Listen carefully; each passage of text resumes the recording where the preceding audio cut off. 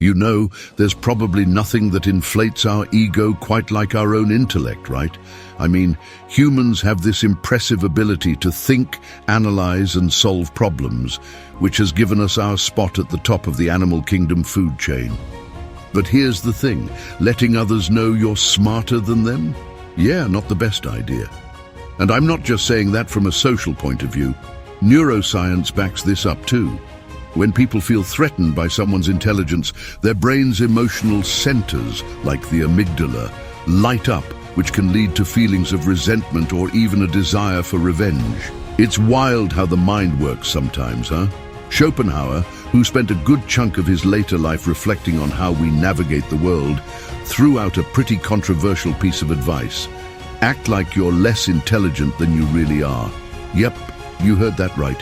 It's all about survival in social environments and not letting your intellectual superiority become a weapon that others use against you. Now, I get it. This sounds super counterintuitive, especially in a society that values intelligence so highly. But Schopenhauer's angle is that it's about emotional intelligence too, not just mental smarts. And here's where Buddhist philosophy really comes in handy. Buddhism teaches that the ego is the root of so much suffering. The desire to be seen as better or smarter than others, that's pure ego in action. When we allow our intellect to dominate the room, it's often because we're feeding our ego. But ironically, that same intellect can create separation from others, breeding jealousy and conflict. It's like when you throw a pebble in a calm pond. The ripples spread far beyond the initial splash. Your intelligence, no matter how sharp, can ripple out into emotions like envy, and before you know it, you've got waves of tension all around you. Now imagine this through the lens of neuroscience. When someone perceives a threat to their self-esteem or status, like sensing you're smarter than them, their brain reacts. The amygdala kicks in, and boom! They might not even realize it, but they're now operating from a place of emotional defensiveness. This is where the Buddhist idea of mindfulness becomes crucial. By being mindful of how our intellect impacts others, we can navigate these social dynamics with more compassion and care. Okay, quick pause. If you're digging this conversation about how brain science and ancient wisdom intersect, hit that like button and subscribe for more content that fuses the two worlds. Now back to the topic.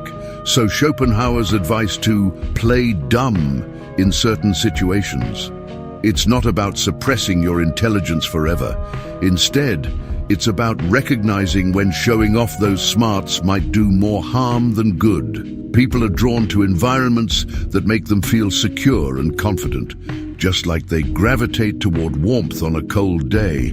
If your intellect is making someone feel small or inadequate, they'll naturally feel discomfort and their brain will go into defensive mode. And that's where resentment comes in. Think about it. How many times have you been in a situation where you unintentionally made someone feel lesser because of your abilities? Maybe at work, in school, or even with friends. And maybe you didn't even mean to, but the air in the room shifted, right? That's because at a neurological level, their brain started to feel threatened. And once envy creeps in, it's a slippery slope to bitterness. Buddhism teaches us to be aware of the impact we have on others. When we act with mindfulness, we're not just thinking about ourselves, but also about the emotional states of those around us. This is where Schopenhauer's playing dumb can actually be seen as an act of compassion. Instead of feeding the ego, we're creating space for others to feel at ease. And from a neuroscience perspective, you're essentially calming their brain, helping to avoid triggering the emotional responses that lead to tension or conflict. It's kind of like that old saying, don't shine too bright, it blinds people. Sometimes in certain situations, dimming that light, your intellect, can actually bring more harmony to your relationships and interactions. Let's be real, we've all been there. You're hanging out with people who may not have the same intellectual abilities, and there's that temptation to flex a bit, right? But the lesson here, both from Schopenhauer and from Buddhist wisdom, is to be mindful of how that flex impacts others. Neuroscience teaches us that our brains are wired for connection, and if someone feels threatened, it disconnects.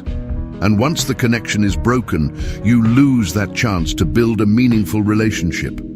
People feel threatened by intelligence, and instead of lifting everyone up, it can create a cycle of jealousy and anger.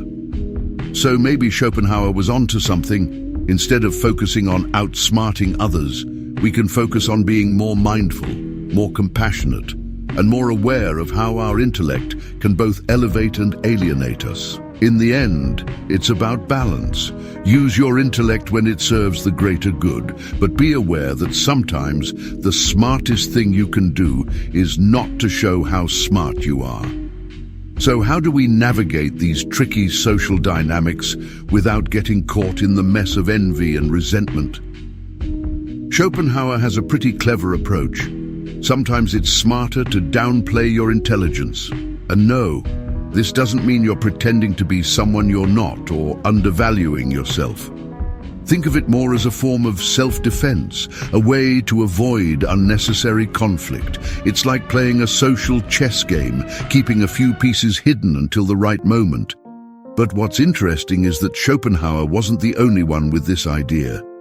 There's also Balthasar Gracian, a 17th century philosopher who gives similar advice in his book, The Art of Worldly Wisdom. Gracian suggests that at times it's actually wise to take on the role of someone a little more simple or unassuming in order to get along better with others. It's almost like blending in to avoid becoming a target. And hey, if you haven't read his work, I seriously recommend it. It's packed with practical life advice. I've even linked it in the video description, so feel free to check it out. Now, what these two thinkers are really talking about is using humility as a tool, and not the "I'm so humble" type of humility that's really just a disguise for arrogance, but genuine, strategic humility. Schopenhauer and Gracian both suggest that playing down your intellect in certain situations isn't about shrinking yourself, but rather about avoiding the mess that often comes with standing out too much. Because let's be honest, being seen as superior, whether it's in terms of intelligence, wealth, or anything else, can stir up feelings of envy and resentment in others. It's like throwing fuel on the fire, and no one wants that drama. Here's where neuroscience kicks in. Our brains are wired to protect our sense of self, and when someone feels intellectually threatened, even if they're not fully conscious of it, the amygdala, that part of the brain that controls our fight or flight response, gets activated. This can lead to feelings of anger, jealousy, or even subtle hostility. And guess what? That's not a good vibe to have around you, especially if you're just trying to live your life without stirring up negative emotions. Now, Schopenhauer knew this struggle firsthand. There's this wild story about a letter his own mother wrote to him when he was just 19. She basically told him that his intellect was getting in the way of his relationships. She said, "All your good qualities are obscured due to your superintelligence.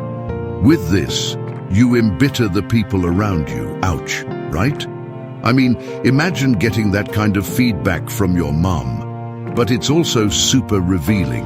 It shows that even from a young age, Schopenhauer's intellect was seen as a double-edged sword. Something that gave him power, but also created tension with those around him. His mom's letter is a perfect example of how even our closest relationships can get strained when people feel overshadowed by our abilities.